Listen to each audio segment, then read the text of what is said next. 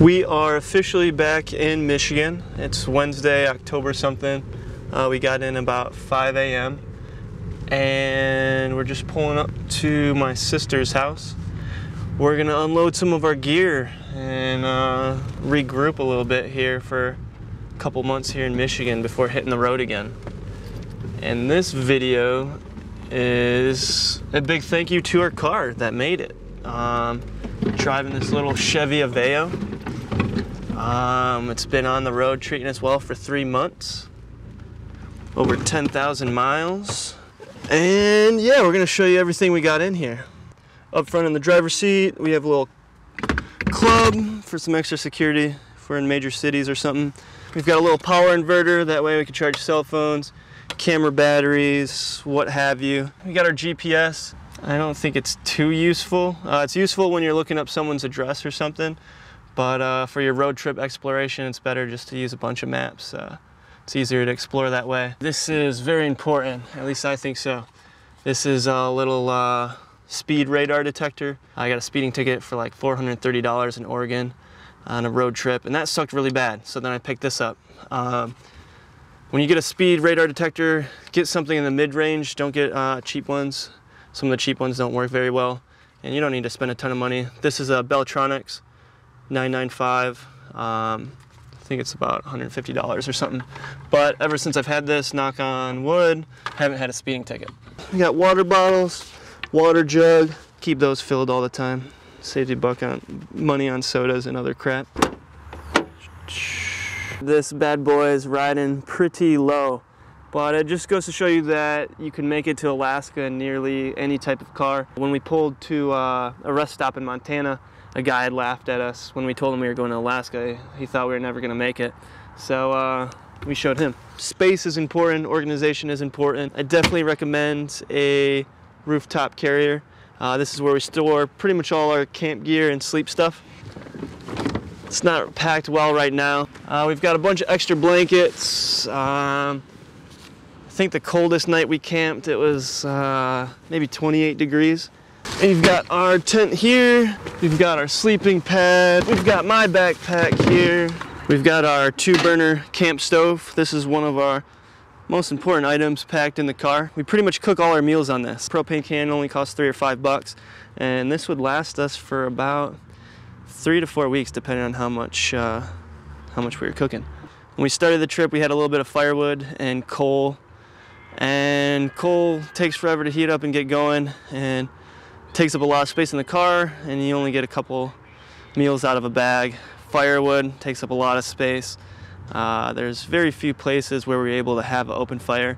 Some just because of forest fire danger, others because we weren't paying for camping and didn't have a fire pit. So this little thing here to cook meat on an open fire, we didn't use once. We only had 3 or 4 fires, so it was pretty useless, and we won't be taking that back again. We got a bunch of gifts here. If you're buying gifts, buy them at the end of the season, September. A lot of the shops are closing up for winter, and you can get a lot of good deals. We got the beer can chicken barbecue grill. Little birthday present. We got Kelly's backpack here. We got our little handy bear spray. Came close to using it, but didn't have to use it yet. We've got my backpack for day hikes, plastic bag for dishes. It's important to have something that's plastic or waterproof instead of the cloth ones, because you get a bunch of wet crap and junk in there. This big bin here is kind of our dish set. So I don't know, we got a plate, a couple pots, a couple pans. We're gonna try to pack this smaller when we go back out on the road. Camera tripod. We have some gifts in here, some water, a bunch of ramen soup that we got for free while working a little odd job, or a dry bag for when we were kayaking. Some sleeping bags. This big red case, I don't think we used at all.